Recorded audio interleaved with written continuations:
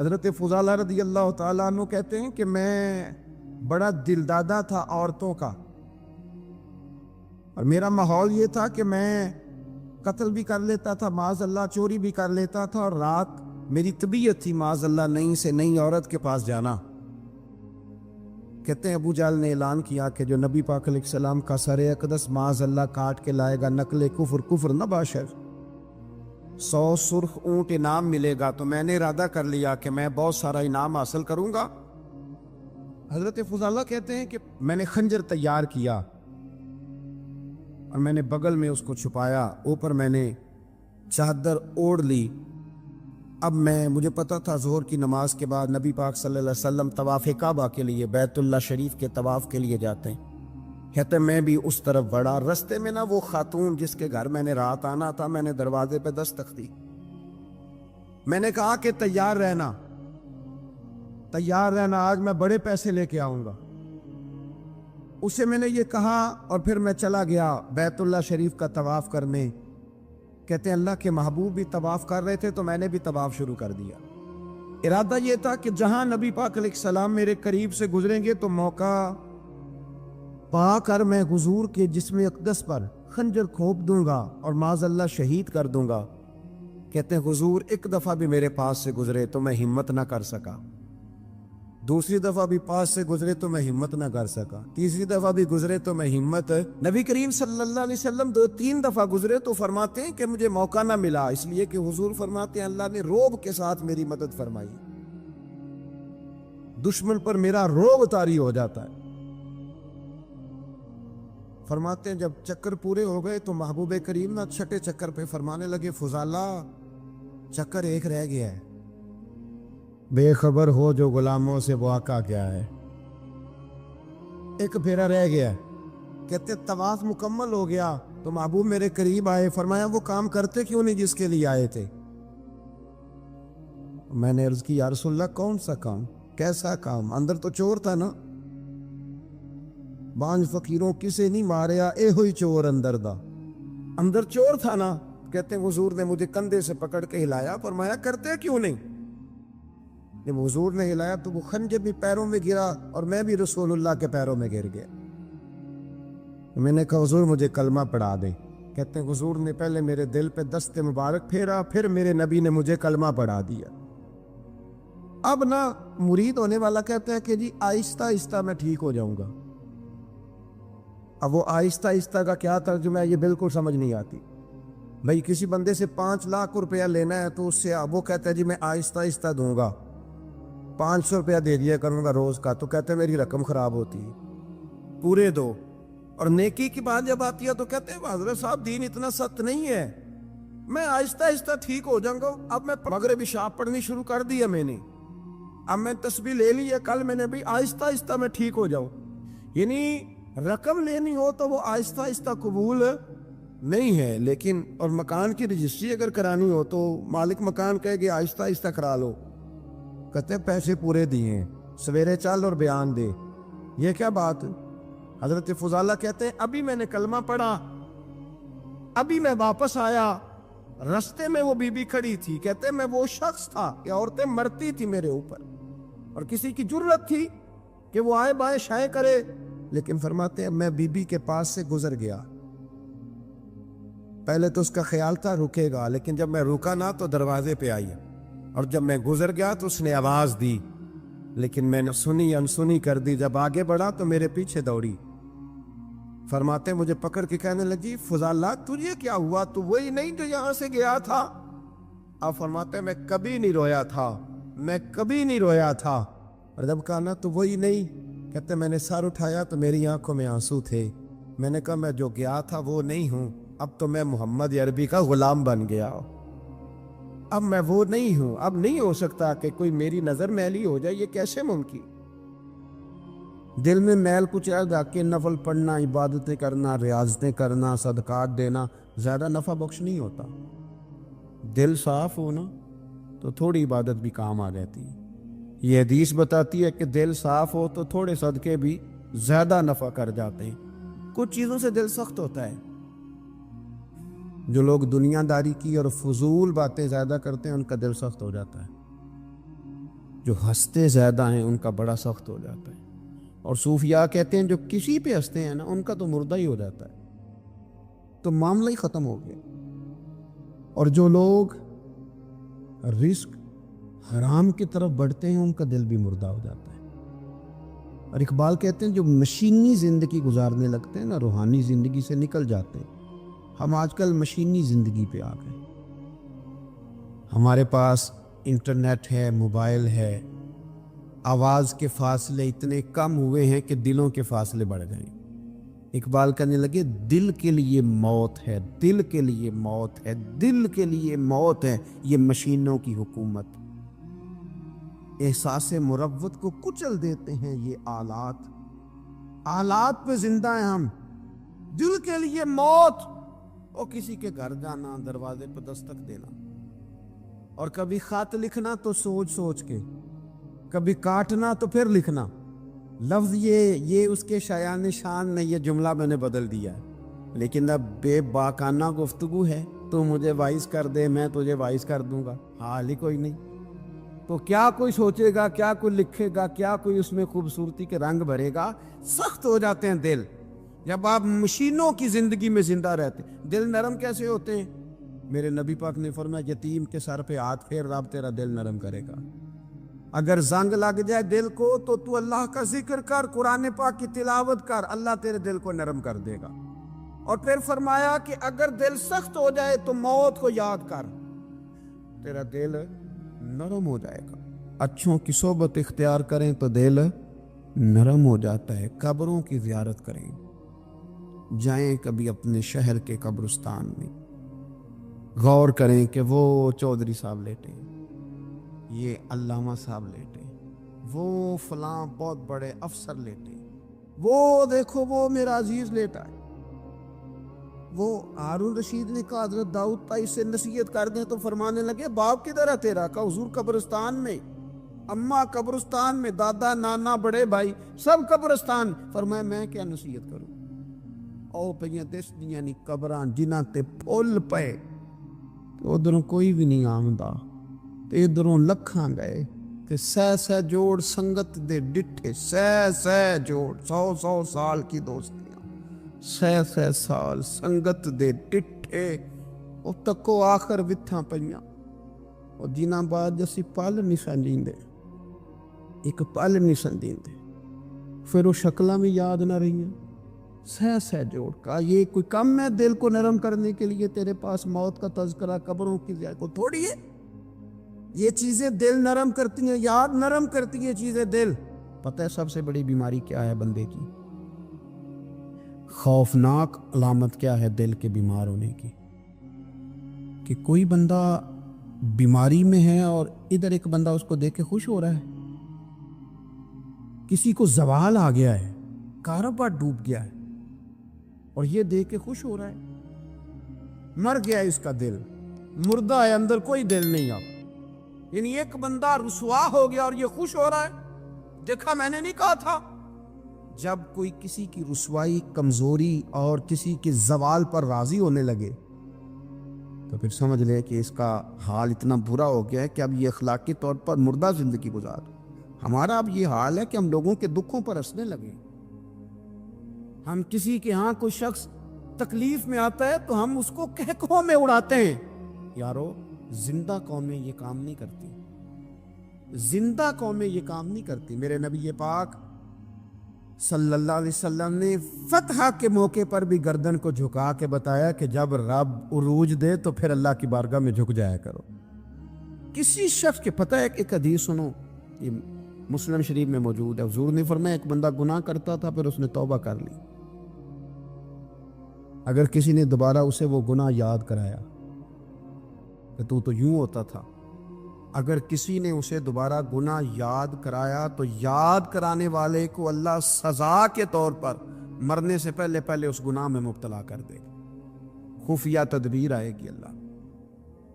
جس کو اللہ نے معاف کر دیا، زمین آسمان بھول گئے، فرشتوں کے دفتر سے اس کا گناہ محو کر دیا گیا، تو نے کیوں یاد رکھا؟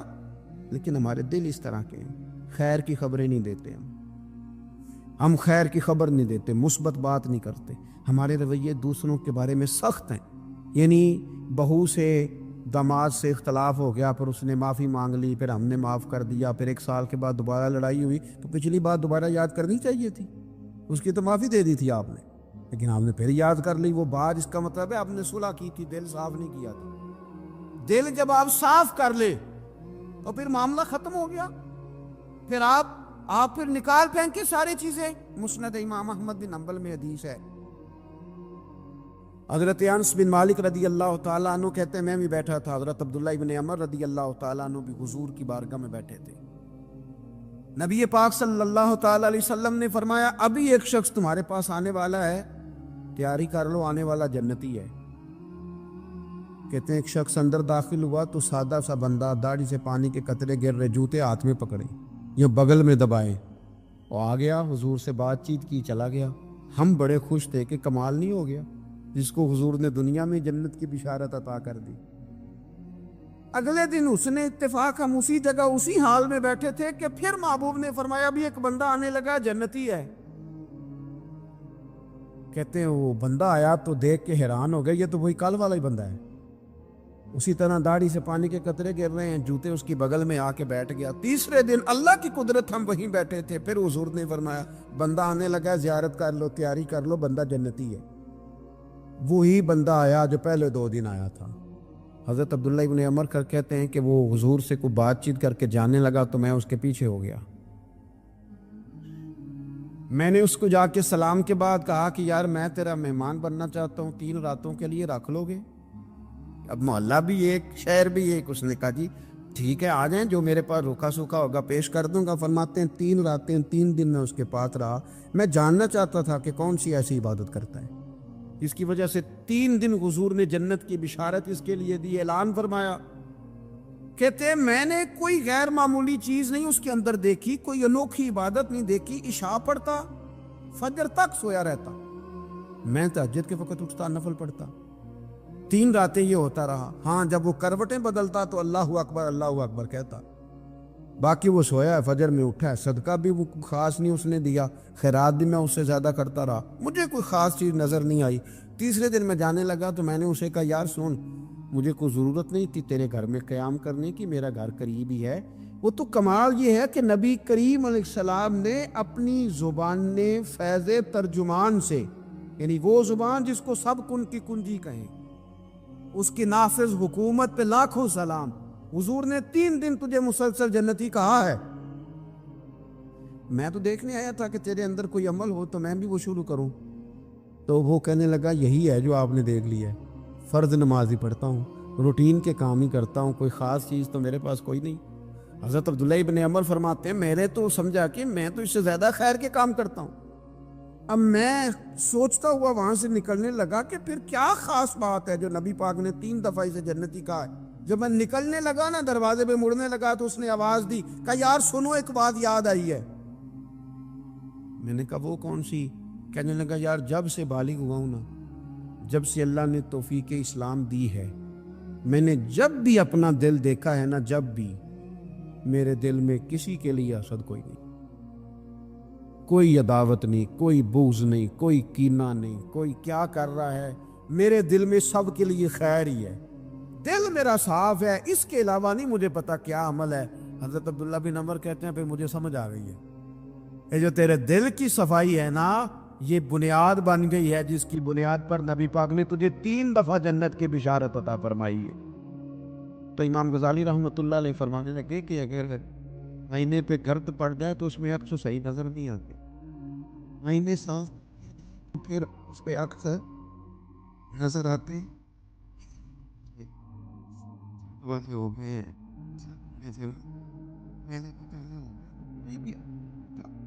سختی طبیعتوں کی، مزاجوں کی سختی، دوسروں کے بارے میں ڈاٹے جذبات، ہمارے رویے ڈاٹے، ہماری طبیعتیں سخت۔ حضرت عبداللہ ابن مسعود رضی اللہ تعالیٰ عنہ نے ایک شخص کو جنازے کے موقع پہ ہنستا ہوا دیکھ لیا، فرمایا آج کے بعد تیرے ساتھ کلام نہیں کروں گا۔ جس کا جنازہ دیکھ کے بھی دل نرم نہیں ہوا اور قبرستان دیکھ کے بھی دل نرم نہیں ہوا، وہ تو سخت دل بندہ، سخت دل بندے سے دوستی کبھی نہیں رکھوں گا، میں تو درد دل والوں سے پیار کروں گا، تیرے ساتھ میں کلام نہیں کرتا۔ تو کس طرح کا شخص ہے بھائی، جسے یہاں آ کے بھی ہنسی آ رہی ہے، مذاق سوچ رہا ہے؟ تو دل کی نرمی میرے نبی پاک صلی اللہ علیہ وسلم نے نا دل پر، ہم نے نا کپڑوں پر بڑی محنت کی، ہم نے چہروں پر بڑی محنت کی، ہم نے اپنے ظاہر کو سنوارنے پر ہم نے اپنے حق میں بڑے بڑے لفظ یاد کیے، بڑی کہانیاں یاد کی، پر دل کے لیے محنت، اس پر محنت ہی نہیں کی۔ اعلیٰ حضرت فاضل بریلوی کتنے بڑے عالم ہیں، 1000 کتاب کے مصنف، اور ان کے فتاوی موجود ہیں کہ جس بندے کا تلفظ ٹھیک نہ ہو، یعنی جو ضروری قواعد ہیں وہ قرآن پاک کے جس کو نہ آتے ہوں، اس کے پیچھے نماز نہیں۔ جو ہا اور ہا میں فرق نہیں کر سکتا، حمزہ اور عین میں فرق نہیں کر سکتا، وہ الفاظ کا معنی بگاڑ دے گا۔ لیکن اعلیٰ حضرت چونکہ صوفی ہیں، درویش ہیں، علم کے ساتھ تو ایک اور رنگ بھی بیان کرتے ہیں۔ وہ کہتے ہیں یہ نہ ہو کہ صرف تو حروف کے ہیر پھیر میں لگا رہے، سغرے کبرے ٹھیک کرتا رہے، دارابا یادرب کے چکر میں پڑا رہے، اور دل پر تو توجہ ہی نہ دے۔ فاضل بریلوی رحمۃ اللہ علیہ فرمانے لگے کہ 2 علماء نے قرآن ایک درویش کے پیچھے نماز پڑھی تو مستحب جو قواعد تھے نا جن کے بغیر نماز، وہ ٹھیک نہیں تھے ذرا ان کے، تو وہ کہنے لگے دیکھا جی اتنے بڑے پیر صاحب ہیں اور ان کی تو قرات ہی ٹھیک نہیں، تلفظ ہی ٹھیک نہیں۔ حالانکہ لفظ تاثیر سے بنتے ہیں، تلفظ سے نہیں۔ لفظ تاثیر سے بنتے ہیں، تلفظ سے نہیں۔ اہل دل آج بھی ہیں اہل زبان سے آگے۔ انہوں نے کہا جی بابا جی کا تو تلفظ ہی ٹھیک نہیں۔ اعلیٰ حضرت نے لکھا ہے ملفوظات شریف میں، فرماتے ہیں پھر وہ نہ نہانے کے لیے چلے گئے نماز پڑھ کے فارغ ہو کے، تو وہ پانی میں اتر گئے تو شیر ان کے کپڑے اٹھا کے لے گیا۔ اب کتنی کو دیر پانی میں رہتے، نکلے بھی تو کیسے نکلے، شرم آتی ہے۔ مختصر لباس پہن کے وہ غسل کرنے کے لیے گئے تھے، اب پانی میں سردی، کتنی کو دیر بندہ پانی میں رہے۔ لوگوں نے آ کے کہا حضور وہ آپ کے مہمان تو الجھ گئے، بڑے بری طرح پھنس گئے، مہربانی فرمائے ان کو تو بچائیں، وہ تو سخت الجھن میں۔ کہ کیا ہوا؟ کہنے لگے وہ شیر کپڑے لے گیا، اور وہ پانی میں ہے، اب کچھ تو ہونا چاہیے۔ تو وہ بزرگ گئے، جا کے نہ دور کھڑے ہو کے شیر کو آواز دی، شیر کو۔ حضور کے صحابی تھے نا حضرت سفینہ، قافلے سے رستہ بھول گئے، ایک سائیڈ پہ ہو گئے تو سامنے شیر آ گیا۔ میں نے کہا ہے لیکن جب آ جائے تو، جب شیر سامنے آ جائے، جب سامنے آ جائے پھر پتہ چلتا ہے کہ یہ تو واقعی آ گیا ہے، پھر انداز اور ہوتا ہے۔ حضرت سفینہ کے سامنے شیر ہی آ گیا، مشکات میں شیر آیا۔ اب کوئی بھاگتا ہے، کوئی چڑھتا ہے درخت پہ، کوئی لکڑی اٹھاتا ہے، کوئی اسلحہ پکڑتا ہے۔ حضرت سفینہ فوراً بولے، کہنے لگے او شیر ذرا خیال کرنا میں رسول اللہ کا غلام ہوں۔ پھر آکھیا شیر سفینہ تائی جارا یارا جاندے، او جڑے غلام رسول اللہ دے اسی غلام ہونا دے۔ شیر دم لاتا رستہ چھوڑ گیا، اور بابا جی بھی گئے۔ فاضل بریلوی کہتے ہیں شیر کو آواز دی، شیر دوڑا آیا، آگے کہنے لگے وہ ہمارے مہمانوں کے کپڑے لے گئے تو یہ شرم نہیں آتی؟ تو شیر کپڑے اٹھا کے واپس لایا۔ ان علماء کو، حضرات علماء کو کپڑے پیش کیے۔ جب ان کو پیش کیے تو پیش کرتے ہی بزرگ پھر فرمانے لگے، کہنے لگے مولانا تم نے لفظ سیدھے کیے ہیں، میں نے دل سیدھا کیا ہوا ہے۔ تم نے محنت کر کے لفظ ٹھیک کیے ہیں، لیکن میں نے دل ٹھیک کیا ہے۔ دل پاک ہوئے تے پاک ہی ملدا ہے، تے بنا پاکوں پاک نہیں ملدا۔ سارے جسم دے دھون نالوں ایک ٹکڑا دھول ہے دل دا۔